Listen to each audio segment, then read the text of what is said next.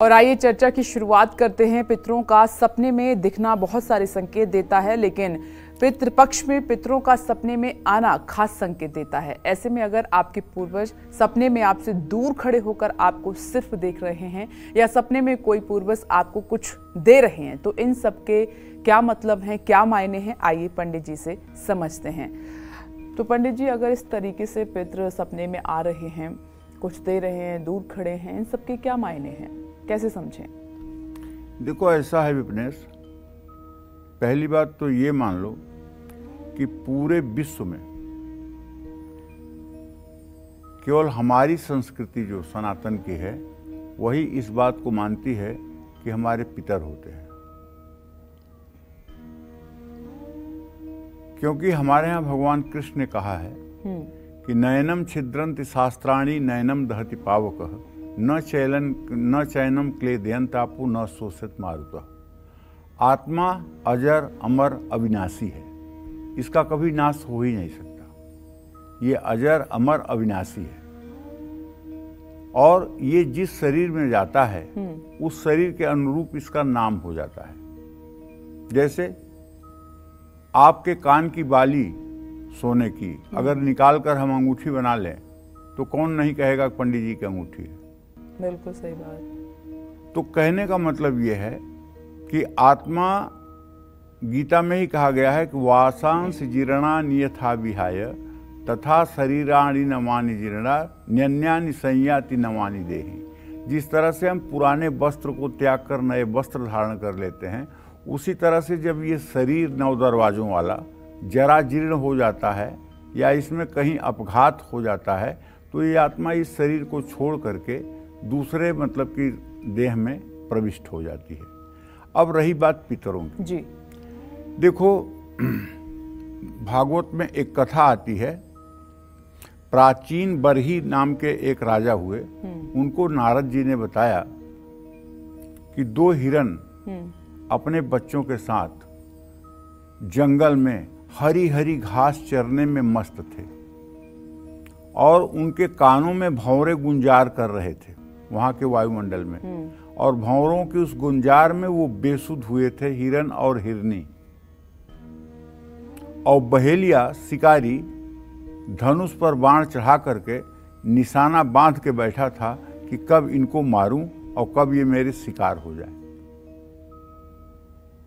उपलक्षण से ये कथा नारद जी ने कही कि हम जीव जो हैं ये हिरन की तरह विषय भोगों में लगे हुए हैं और ये हमारे नाती पोते बेटे जो हैं ये भंवरों की तरह हमें सुख देने वाला गुंजार कर रहे हैं, तोतली भाषा में हमसे बात कर रहे हैं और हम उसी माया मोह में उलझे हुए हैं जी।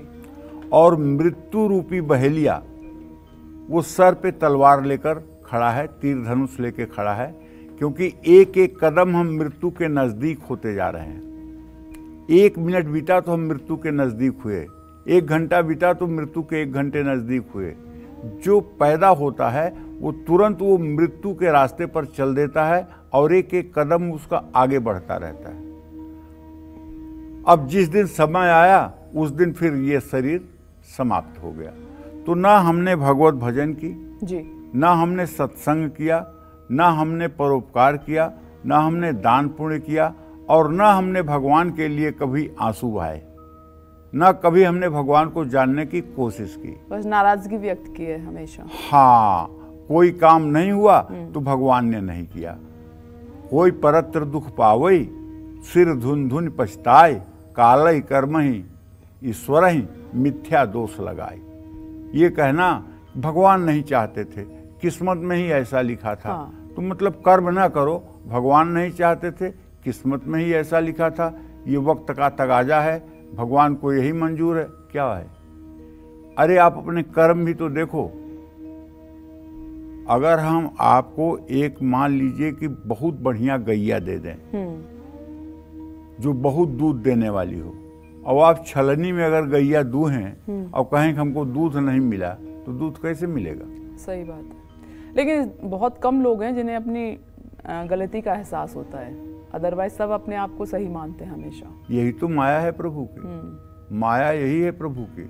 प्रभु की माया अत्यंत दुस्तर है और इनकी माया का फांस जल्दी कोई काट नहीं पाता है। इनकी माया की फांस वही काटता है, जानई सोई जेहूँ दे ही जनाई, जानत तुम्हें होई जाई। कई बार मैंने कार्यक्रम में बताया है कि अब तो नहीं दिखाई देता है। हम लोगों के बचपन में एक इंद्रजाल का खेल दिखाई देता था गांव-गांव में। गांव-गांव में एक मदारी आता था जो इंद्रजाल का खेल दिखाता था और इंद्रजाल के खेल में एक मतलब कि जाल की तरह मतलब कि झोला होता था, उसमें जमूरे को बंद करता था और बांध देता था और उसको रख करके उसके ऊपर कपड़ा से ढक देता था। लोग घबरा जाते थे कि इस लड़के का अब क्या होगा, इसको तो बांध दिया है, अब तो इसकी दुर्गति हो जाएगी। लेकिन वो जमूरा नहीं घबराता था और वो निकल करके फिर बाहर चला आता था। तो कहने का मतलब माया से सब मोहित हो सकते हैं, लेकिन जो भगवान के लोग हैं, जैसे मदारी का जमूरा, वैसे जो भगवान के भक्तजन हैं वो भगवान की माया से मोहित नहीं होते हैं और न भगवान की माया का उनके ऊपर किंचित मात्र असर पड़ता है। तो जब मनुष्य विषय भोगों में ही आसक्त होकर के, दुनियादारी में ही आसक्त होकर के इस शरीर का त्याग करता है तो वो प्रेत योनि पितर लोक को ही जाता है जी। वही हमारे पितर होते हैं। अगर अच्छा कर्म किया है तब तो दूसरा जन्म मिल जाएगा, अगर बहुत बुरा कर्म किया है तो नरक में चला जाएगा, दूषित कर्म किया है कुकर सूकर योनियों में चला जाएगा। लेकिन अगर सत्कर्म किया है तो फिर से मनुष्य हो सकता है। और अगर हर समय प्रभु का चिंतन किया है तो कुछ पूछने की ही बात नहीं।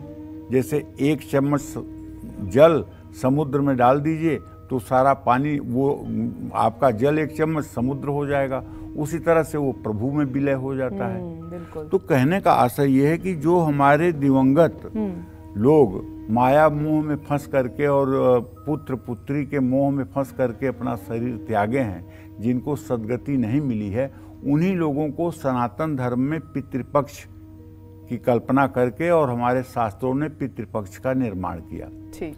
इसको कनागत इसलिए कहते हैं कि कन्यार्कगत, कन्या में जब सूर्य रहता है तभी ये महीना होता है, तो कन्यार्कगत का जो अपभ्रंश है वो कनागत है। दिल्ली में अगर आप किसी से बात करोगे तो लोग कहेंगे हाँ इस समय कनागत का महीना चल रहा है। कनागत का मतलब कन्यार्कगत।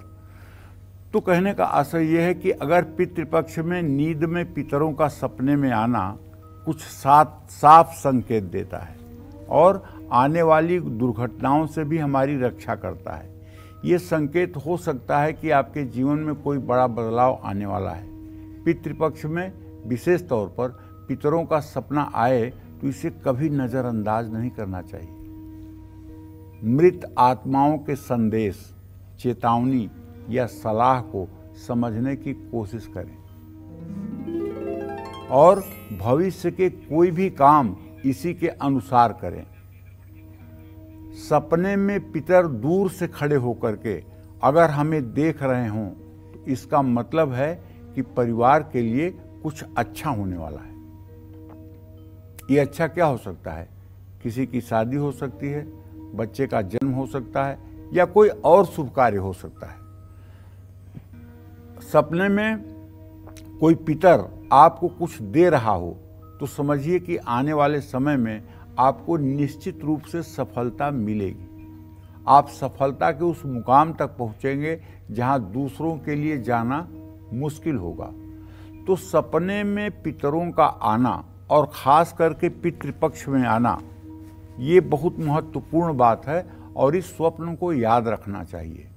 और अगर आपसे ये स्वप्न का अर्थ हल नहीं होता है तो किसी विद्वान से इस प्रश्न के यथार्थ को समझ करके तद अनुरूप आचरण करना चाहिए।